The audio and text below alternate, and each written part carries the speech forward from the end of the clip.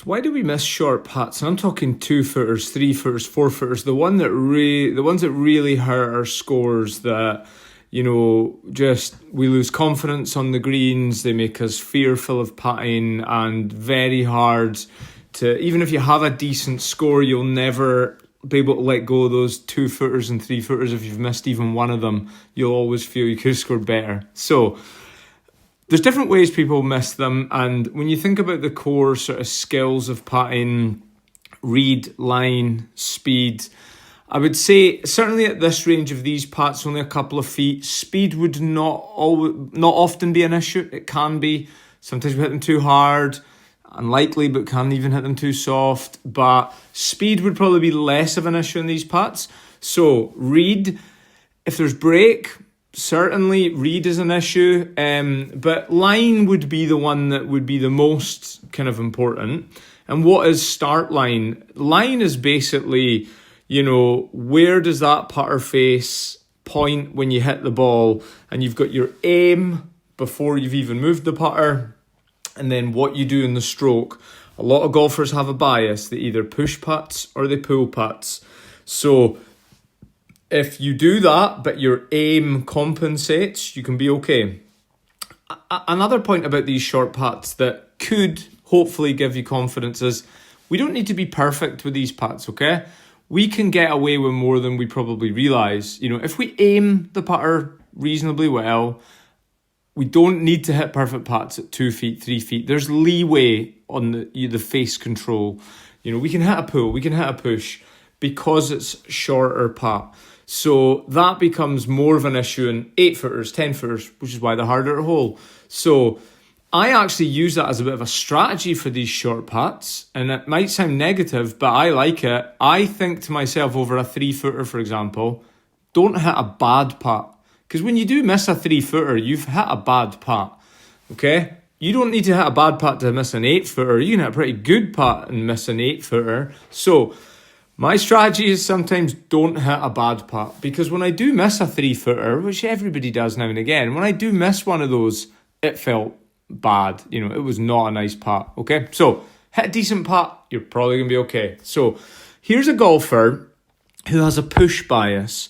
So we established in the lesson that his face returned open to wherever he aimed it.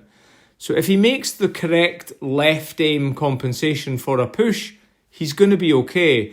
The problem is it's very hard to do over time, and pushes can punish different putts in different ways. A left to right putt, you hit a push, that ball's getting pushed down a slope.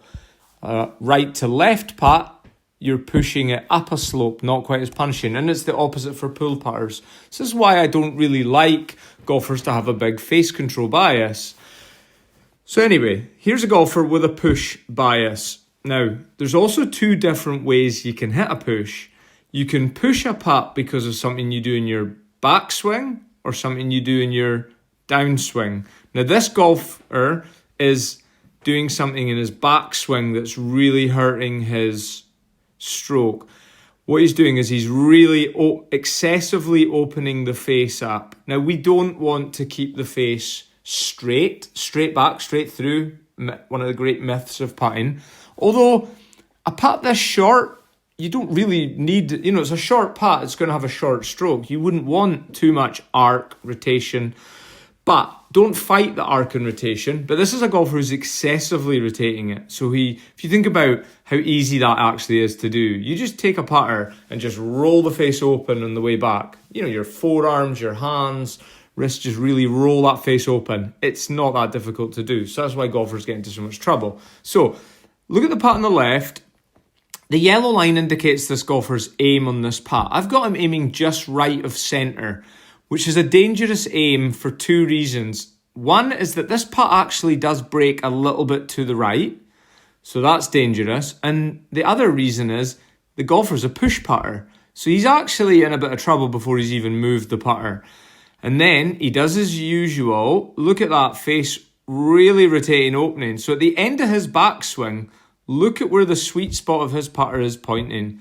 It's about a hole cup outside the right. He is in big trouble. The only way he can hold this putt is with some excessive closing of the face now. And he tries his best and he gets it back in and he nearly gets there. But the ball, the blue one, would indicate where I've got his face pointing, just on the edge of the hole. And the putt breaks a little bit right. Unfortunately, we've missed a putt 2 feet and we're upset on the golf course for that. Then we go to the next putt. Now I've got the golfer. So this was the putt after. So the golfer's instinctively learned not to aim like that. So he's now aimed better for his bias. So the yellow line, I've got him aiming now left of centre, which is actually a better aim for this. But what's more important is this. He still rotates that face open quite a bit, but it's better. He doesn't have as much to recover from. He's just outside the hole.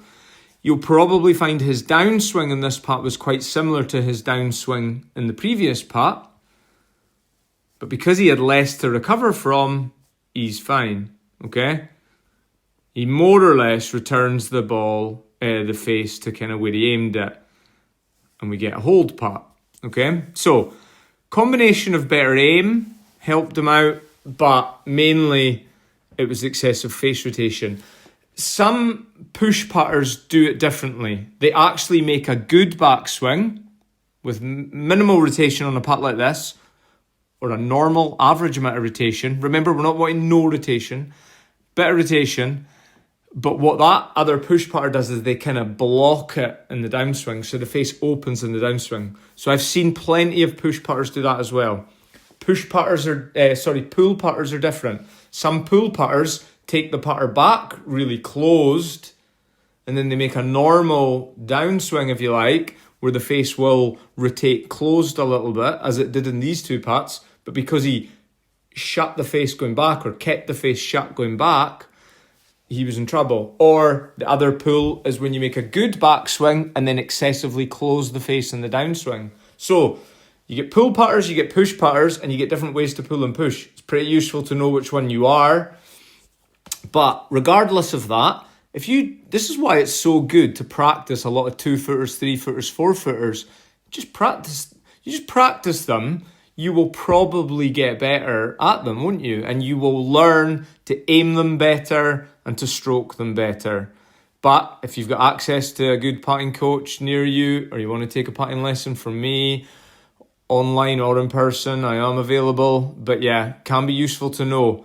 Nothing more frustrating than missing these short putts. So let's practice them. Let's get better. Let's be happier golfers. Thank you.